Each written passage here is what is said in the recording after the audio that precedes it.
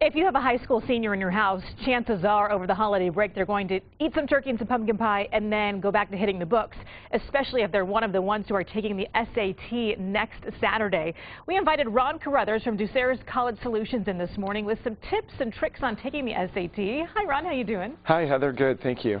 Let's just get right to this. Okay, getting the test is a week from this Saturday. Yes, it is. The last time for a senior to take it, a week from this Saturday. Let's talk about what to do the week before, so maybe right now as they're preparing to take the test. Well, while it would have been great if they would have studied for hours and hours and hours, it's probably a little late for that if they haven't. So the best thing they can do is spend about 35-40 minutes a day studying for these tests.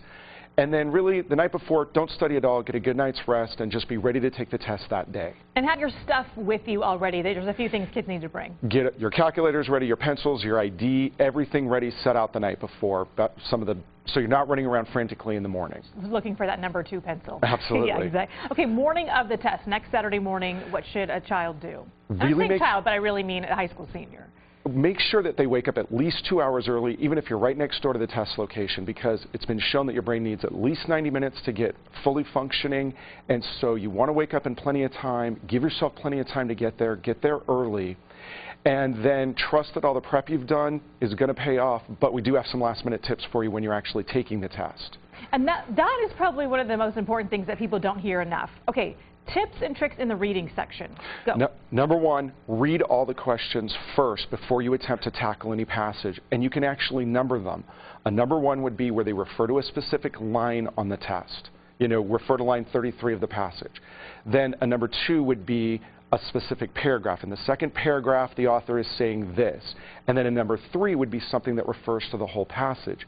You save yourself a lot of time by going through and answering all the number ones first, all the number twos second, and all the number threes next. Just make sure they go in the right spots on your answer sheet. Okay, good to know.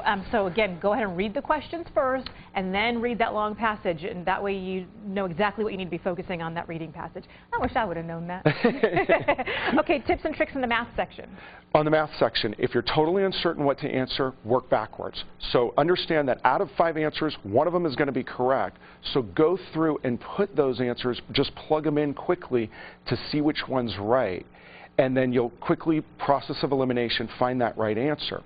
If you don't, at least try to eliminate 1 or 2 of the potential wrong answers and then guess, and then you have at least a better chance of scoring some points. And even if you're totally undecided at all, you're better off guessing and getting a few wrong answers, because the way the point system works, if you get an equal number of right and wrong answers according to the math, you'll do better anyways and score more points than if you just leave the questions blank. And if you really don't know the answer at all, that's what I was going to say, just pick an answer. Go through and still fill it, because they subtract less for wrong answers than they do for right. The math will still work in your favor. Okay, good to know. Anything else folks should know, or teenagers should know as they're preparing to take this big test? Relax, have fun, be glad it'll be over soon. That's the best I can give them. I know it is tough, and you were mentioning earlier that a lot of even some of the big name schools, they don't even need this as a requirement, but you better know that before you decide you're not going to take it. It's a whole other conversation, but there are 800 schools that don't require the SAT or ACT at all, and there's some very good schools on that list. So it is something worth paying attention to. If you have a younger kid who's totally test phobic,